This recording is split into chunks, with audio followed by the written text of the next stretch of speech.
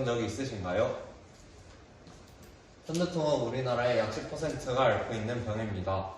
엄청난 위협이 되는 것은 아니지만 발생 시 일상생활에 줄 만큼의 통증을 주기도 합니다. 편두통은 민감한 혈관 반응성과 머리의 통증을 담당하는 신경 반응의 복합적인 작용으로 머리의 부위와 상관없이 발생하는 통증입니다. 편두통의 진행 과정은 크게 정국기, 조짐기, 두통기, 회복기로 나눌 수 있습니다. 정국기에는 편두통 환자들 중 약 절반이 두통이 발작하기 전에 기분이나 기력의 변화를 경험하는데 이를 정구 증상이라고 합니다. 정구 증상은 두통이 확실하게 발생하기 약 24시간 전에 발생하고 은근히 시작하면서 점차 진행합니다. 그 증상은 신경이 예민해지거나 목이 뻣뻣해지며 오한, 나태, 심한 피로, 배변 빈도의 증가, 식욕부진, 변비 혹은 설사 등을 호소하는 것으로 나타납니다. 다음은 조짐기입니다. 조짐은 한 가지 혹은 그 이상으로 다양하게 나타나는 신경학적 증상으로 1시간 미만 정도로 지속됩니다. 대부분 시각조짐이며 시야가 어두워지거나 반짝반짝하는 빛이 보이거나 아지랑이 피는 듯한 증상이 나타납니다. 조짐이 편두통의 특징적인 증상이긴 하지만 편두통 환자의 약 20% 많이 경험합니다. 다음은 두통기로 대개 편측성이나 편측이 아닌 경우도 있으며 주로 욱신욱신 쑤시는 통증이 나타납니다. 통증은 하루 중 어느 때나 나타날 수 있으며 점차 진행되다가 안정기에 도달한 다음 4시간에서 72시간 후에 진정됩니다. 구역질, 구토나 심한 안구통을 잘 동반하며 밝은 빛이나 시끄러운 소리를 회피하는 경향을 보입니다. 마지막으로 회복기입니다. 두통이 해소된 후 대부분의 환자들은 수시간 동안 각기 다른 느낌을 받습니다. 절반 이상의 환자들에게 나타나는 증상은 기분 및 지적인 수준의 저하, 중력 손상, 불안정감, 무기력함 등이 있습니다. 신체적 피로감 및 근육 쇠약 역시 일반적으로 나타납니다. 병의 원인에 대해서는 완전히 밝혀지지 않아 여러 가지의 의견들이 제시되고 있습니다. 이러한 논란 속에서 CRGP가 편두통을 일으키는 원인 중 하나라는 것이 밝혀졌습니다.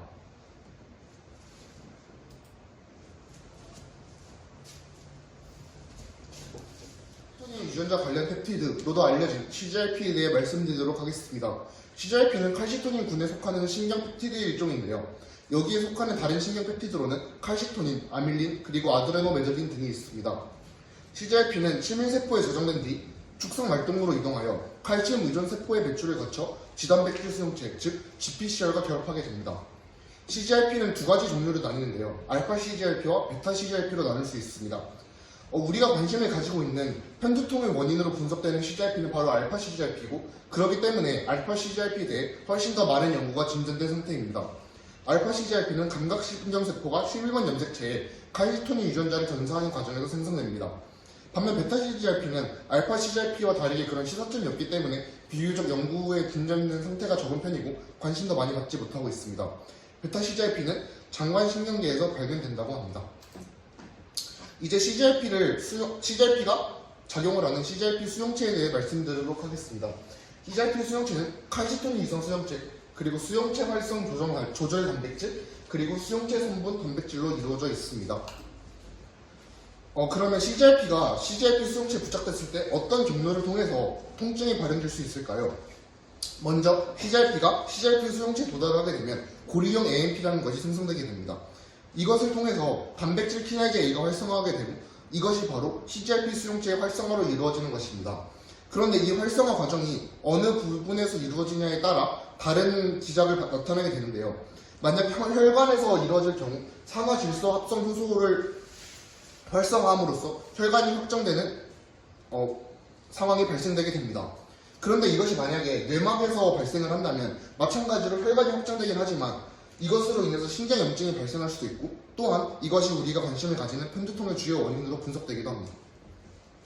CGRP와 편두통과 같은 통증의 관계를 처음 규명해낸 버넷 교수팀은 CGRP가 뇌 안에 직접적으로 통증을 유발하는 것이 아닌 여기 보이는 3차 신경을 통해 말초신경계의 최초 통증을 일으킨다는 것을 알아냈습니다.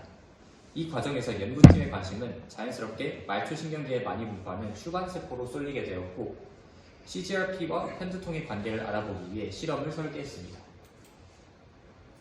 버넷 교수팀은 CGRP를 분비하는 이온 통로인 TRPV1을 제거한 흰 쥐는 통증을 느끼지 못할 것이다 라는 가설을 이렇게 세우고 실험을 진행했습니다. 먼저 정상인 흰 쥐와 CGRP를 분비하는 이온 통로인 TRPV1을 제거한 흰 쥐를 각각 집단 A, 집단 B로 나누고 통증의 발생을 확인하기 위해 캡사이신을 투여했습니다.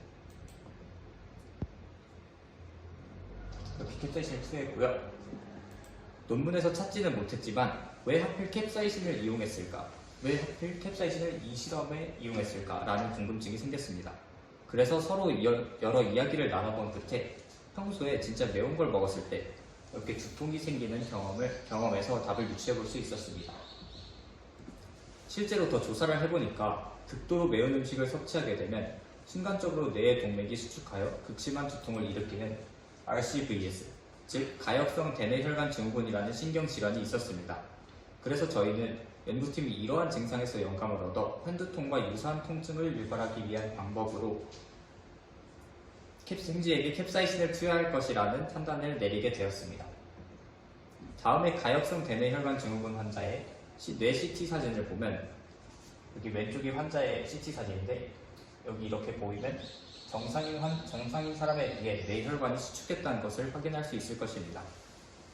이제 다시 버넷 교수팀의 실험으로 돌아오면 그들은 각 집단 A와 B 생쥐의 눈꺼풀에서 2-3mm 떨어진 지점의 피하에 캡사이신을 투여했습니다.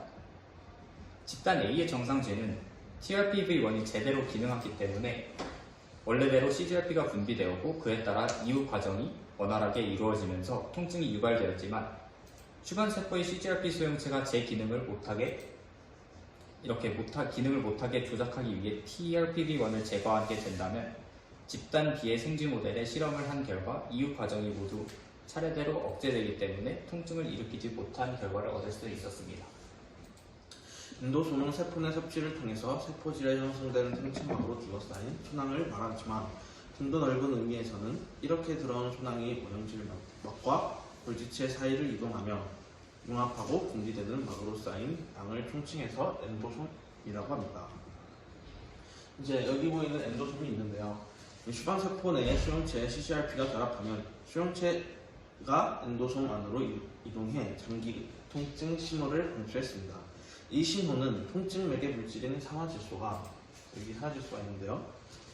이제 수방세포 안에 생성되게 자극했고 이렇게 만들어진 상화질소가 인접세포의 TRPA1 이온 채널과 상호작용하며 통증 신호가 전달되었습니다. 이제 연구팀은 이 발견을 통해 펜두통을 치료하는 두 가지 아이디어를 갖게 되었습니다. 이제 하나는 CGRP 수용체가 엔도솜에 들어가는 것을 막는 것이고 다른 하나는 엔도솜에 진입한 CGRP가 제 기능을 못하게 하는 것입니다. 이제 연구팀은 먼저 물질의 세포 진입에 중요한 역할을 하는 두 가지 단백질 클라트린과 다이나민을 억제하면 통증이 줄어든다는 것을 동물 실험을 통해 확인하였고 엔도솜 안에 들어간 CGRP 수용체를 차단하는 데는 저분자 약물을 캡슐로 싼 나노 입자를 사용했는데 이 방법 역시 CGRP 유발 통증을 막는 데 효과를 보였습니다. 이를 통해서 CGRP가 펜두통에 관여함과 동시에 수반세포가 밀접히 연관됐다는 결론을 도출할 수 있었고 엔도솜 내부에서 통증 신호가 나오는 메커니즘을 깊이 이해함으로써 새로운 펜두통 치료법을 찾을 수 있는 계기를 마련했습니다.